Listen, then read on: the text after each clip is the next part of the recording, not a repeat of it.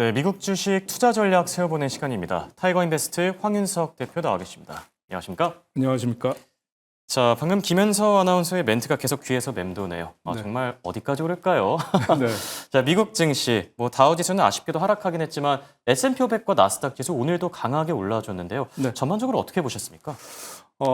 이제 사우디발 강세장이 시작되는 게 아닌가라는 생각이 들었고요.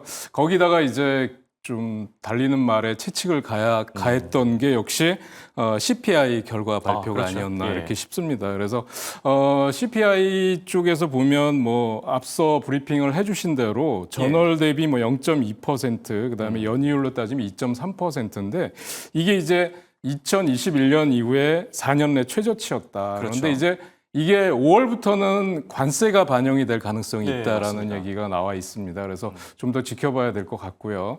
그다음에 골드만삭스에서 또 S&P 500 목표치를 올렸다는 거, 그렇죠. 또 추가 랠리가 예상이 된다 이렇게 발표해 준 것도 시장에서 굉장히 큰 호재로 작용을 한 걸로 보여집니다. 네. 그리고 또 한 가지는 이제 블랙록의 CEO가 이제 무역 전쟁하고 또 재정 적자 우려 때문에 대기 자금이 굉장히 많다 이렇게 얘기를 하면서 유럽은행에 예치된 자금이 1조 2천억 유로. 그리고 미국의 머니마켓 펀드에 또 11조 달러가 대기 중이다. 이런 얘기도 시장 수급 개선에 상당히 그렇죠. 크게 개인 투자자들한테 힘을 실어주는 그런 발표였다고 생각이 됩니다. 네. 그런데 여전히 말씀드린 대로 향후 증시 전망에 있어서 추가 랠리가 가능하다라고 보는 게 이제 골드만삭스 쪽이고요. 그렇죠. 그다음에 반대 의견도 있을까요? 네, 그렇습니다. 그러니까 최근에 반등이 너무 많이 됐기 때문에 위험 대비해서 주식의 균형이 이루어졌다. 중립 의견을 낸 그 투자은행이 이제 UBS가 그런 은행을 중립은행 의견을 냈는데요. 그래서 이제 그 시장에서도 보면 그 다우지수는 하락하고 또 이제 나스닥은 올라가고 그래서 기술주가 상승을 주도한 반면에 약가이나 우려가 있는 헬스케어 관련주들은 전반적으로 하락했다 이런 것도 시장이 다 같이 올라가는 게 아니라 일단 기술주라든지 또는 빅테크, M7 이런 쪽 관련주들 성장주 중심으로 올라갔다는 게 시장의 특이한 좀 현상이다 이렇게 말씀드릴 수 있을 것 같습니다. 네. 맞습니다. 시장의 반응을 보면은 지금 확실히 굉장히 중요한 분기점에 와 있다라는 생각이 듭니다. 이게 말씀하신 것처럼 베어마켓 랠리일지 아니면 상승장의 초입일지 저는 개인적으로 좀 후자에 베팅을 하고 싶은데 기술주들의 반응만 보면은 후자에 베팅할 만한 이유가 있을 것 같거든요. 특히 엔비디아 오늘도 잘 가주지 않았습니까? 네, 그렇습니다. 사실 엔비디아 같은 경우는 좀 그동안 그 중국 우려 때문에 좀 이제 투자 전망이라든지 이런 쪽에서 약간 좀 얻었던 게 사실인데요. 이번에 트럼프 그 중동 방문에 있어서 사우디 투자 포럼에 참석을 했는데 이제 대규모 경제 사절단이 갔는데 웬만한 기업 CEO들은 다 참석을 했습니다. 그런데 지금 여기서 보면 사우디 정부하고 협력해서 이제 그 추론 AI 시대 차세대 AI를 구동을 하는 거를 이제 구축하기로 했다 그런 얘기를 했고요. 그다음에 그 규모가 500메가와트 규모의 AI 팩토리까지도 얘기를 했었고요. 그렇죠. 그다음에 또 좀 전에 브리핑해 주신 대로 사우디 AI 기업 휴메인하고 이제 반도체 파트너십을 체결했다. 그다음에 최고급 AI 칩 18,000개를 보낼 예정이다. 얘기도 나왔었고요. 그다음에 관세 때문에 그동안 그 생산비 부담이 있어서 GPU 가격을 또 10%에서 25% 인상했다라는 거. 이런 것들이 복합적으로 이제 호재로 작용한 것으로 생각이 됩니다. 그래서 근데 이제 중요한 마지막 변곡점은 5월 28일 날 발표되는 실적 발표라고 생각이 됩니다. 그래서 오늘 보면 엔비디아 같은 경우는 엔비디아가 오르다 보니까 엔비디아 진영에 있는 AI 반도체 기업들 AMD나 또 브로드컴 그다음에 이런 기업들까지도 동반 상승이 나왔었는데요. 오늘 그 차트를 보면서 말씀드리면 오늘 상승은 추세 반전을 이룰 수 있는 어떤 좀 중요한 계기가 될 수도 있다라는 걸 보여줬어요. 좋네요. 그래서 153달러 고점 찍고 나서 86달러까지 갔다가 사실은 제가 그동안 130달러 돌파하기가 어려울 것 같다라는 말씀을 드렸었는데요.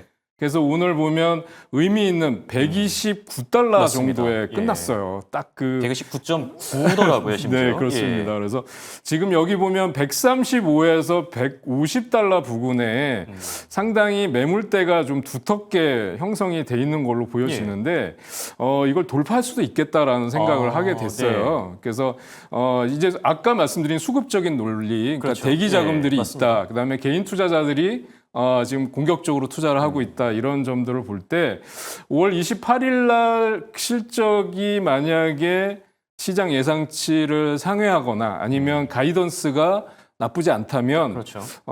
이제 140에서 150달러 정도의 주봉을 보면 한번 터치도 가능할 수 있겠다라는 생각이고요. 그래서 이 엔비디아를 포함한 이제 AI 반도체 진영의 종목들도 같이 관심을 두시면 좋을 것 같습니다. 네. 말씀하신 것처럼 뭐 수급 차원에서 MMF에 지금 뭐 돈도 네. 많이 쌓여 있고, 그리고 엔비디아의 실적 발표도 이제 곧 있으면 다가오는데 한 가지 걱정되는 건 네. 엔비디아가 실적 때 아무리 이게 잘 나와도 항상 좀 흘러내렸었거든요. 가이던스가 좀 너무 기대가 많이 네, 높아져 맞습니다. 있죠. 네. 눈높이가 높아서 그런데 부디 이번에는 좀 엔비디아 선방하길 바라보고요. 자, 그리고 엔비디아와 함께 저희가 오늘 테슬라를 또 빼놓을 수가 없죠. 네. 테슬라를 보면 정말 오를 때는 화끈하게 오르는 것 같습니다. 그래서 네. 오늘까지 한 5거래일째 상승 랠리를 펼치고 있는데 오늘은 또 어떤 이슈들이 있었죠? 그러니까 사실 판매나 생산량 이런 거를 보면 예. 앞서도 브리핑에서 말씀해 주셨지만 중국의 비야디와 비교해 본다면 너무나 좀 많은 차이가 예. 나고 있는 거고요. 주간으로 따져서 이제 5월 1일부터 11일까지 중국의 차량 등록 대수가 3,070대라고 해요. 근데 이게 올해 1월 이후에 최저치라고 합니다. 그러니까 맞습니다. 그래서 이런 그 생산이나 인도 대수로 따지면 예. 테슬라는 호재가 없다고 보여지는데 그렇죠. 일론 머스크도 사우디 투자 포럼에서 연설을 했어요. 근데 사우디 왕세자 앞에서 예. 옵티머스 로봇에 대한 시연도 했었고요. 그다음에 사우디가 그 이제 해상 및 항공용 그 스타링크를 승인했다라는 소식도 호재로 예. 작용하고 있고요. 전기차 세액공제 폐지와 뭐 미국 내 생산 차량에 대해서 할부금 이자 면제를 하겠다라는 얘기들이 나오면서 테슬라도 역시 기술주 상승에 일단 동참을 하는 모습을 보여줬습니다. 그래서 테슬라는 일단 100% 미국에서 생산되고 있다는 게 일단 뭐 관세에 대한 우려는 없는 걸로 보여지고요. 네. 그래서 지금 보시면 추가적인 상승이 나오긴 했는데 역시 지금 보면 332달러 정도로 마감이 됐어요. 예. 그런데 역시 테슬라도 지난번 말씀드렸던 350에서 375달러 부근에 예. 매물대가 만만치 않습니다. 그래서 400달러 돌파하기는 어려워 보인다라는 거고요. 네. 그래서 역시 그 수익이 나신 분들은 한번 차익 실현을 하고 조정을 기다리시는 것도 괜찮아 보이고 네. 지금 올라갈 때 진입하는 거는 좀 자제하면서 지켜보시는 게 좋지 않을까 이렇게 보고 있습니다. 네. 어제 바로 얘기해 주셨죠. 이런 시기일수록 이 현금 확보의 비중을 좀 더 늘릴 필요가 있고 그리고 차익 실현에 나설 필요가 있다. 뭐 그 조언을 오늘도 좀 이렇게 이어가 주셨고요. 자, 그다음에 코인베이스 상당합니다. 저희가 어제 이 시간을 통해서 또 속보로 전해드렸었는데 네. 시간 외 거래에서 그대로 바톤 터치를 받아서 오늘은 뭐 장중한 때 25% 넘게 뛰기도 했거든요. 어떤 이슈가 나왔죠? S&P 500에 이제 편입될 예정이다. 네. 5월 19일부터 편입될 예정이다라는 뉴스가 나왔는데요. 이게 이제 그 뉴스 때문에도 뭐 급등을 했습니다만 예. 또 미주호라는 데서 이런 얘기를 했어요. 미주호 증권이요? 네네. 예. 그래서 이게 코인베이스는 정말 시대의 징표다. 그다음에 가상화폐 주식이 그동안은 변두리 쪽에 있었는데 그렇죠. 지금이야말로 이제 메인스트림 주류에 환영받는 그런 예. 시대가 왔다라는 것도 일단 추가 급등에 대한 가능성을 높여주고 있었고요. 예. 그다음에 웨인라이트 쪽에서는 최근에 두바이에 본사를 둔 기업, 그다음에 데리빗이라는 가상화폐 거래소 예. 29억 달러에 인수한 것도 사실 굉장히 의미 있는 거다. 향후 가상화폐가 시장을 주도할 수 있는 역할을 할 수 있다라는 거. 그다음에 2분기부터 강력한 상승세, 1분기 실적이 사실 기대에 조금 못 미쳤었거든요. 예. 그래서 2분기 이후에 실적 상승세가 나오면 추가적인 성장세가 부각이 될 것이다. 이렇게 얘기를 했는데 저는 개인적으로 코인베이스를 오늘 한 50% 이상을 차익 실현했어요. 25%나 급등을 했기 때문에. 네, 그렇죠. 사실 미국 주식을 투자하는 입장에서는 존버를 하는 게 수익을 극대화하는 전략이긴 하지만 한편으로 급등했을 때 어느 정도 수익을 챙기는 것도 중요하다는 생각이 맞습니다. 듭니다. 그래서 지금 차트 모양을 한번 제가 보여드리면 지금 25%인데 아마 지금 시간외에서 22%로 조금 탄력이 떨어진 것 같긴 해요. 근데 여기 보면 거래량이 폭발했고 갭상승이 나타났습니다. 그래서 지금 보면 역시 275에서 300달러 부근에 보면 이 부근에 그 매물대가 상당히 강하게 형성이 돼 있어요. 그래서 너무 무리한 그 기대는 안 하시는 게 좋겠다라는 거고요. 맞습니다. 급등했을 때 사실은 좀 어느 정도 차익 실현을 하는 게 좋겠다. 그래서 저는 이제 절반 정도 차익 실현하면서 나머지 절반은 좀 추세를 보면서 대응하겠다 이렇게 생각을 했는데 투자하시는 여러분들께서도 좀 그렇게 유연하게 대응하실 필요가 있겠다라고 말씀드릴 수 있을 것 같습니다. 맞습니다. 뭐 글로벌 IB들이 계속해서 좋은 투자 의견들을 내놓고 있긴 하지만 확실히 미국 주식은 이 균형의 미학을 지키는 게 중요한 것 같습니다. 차익 실현 조언까지 해주셨고요. 자, 마지막으로 눈여겨볼 만한 좋은 기업. 뉴스케일 파워는 어떤 모멘텀이 있을까요?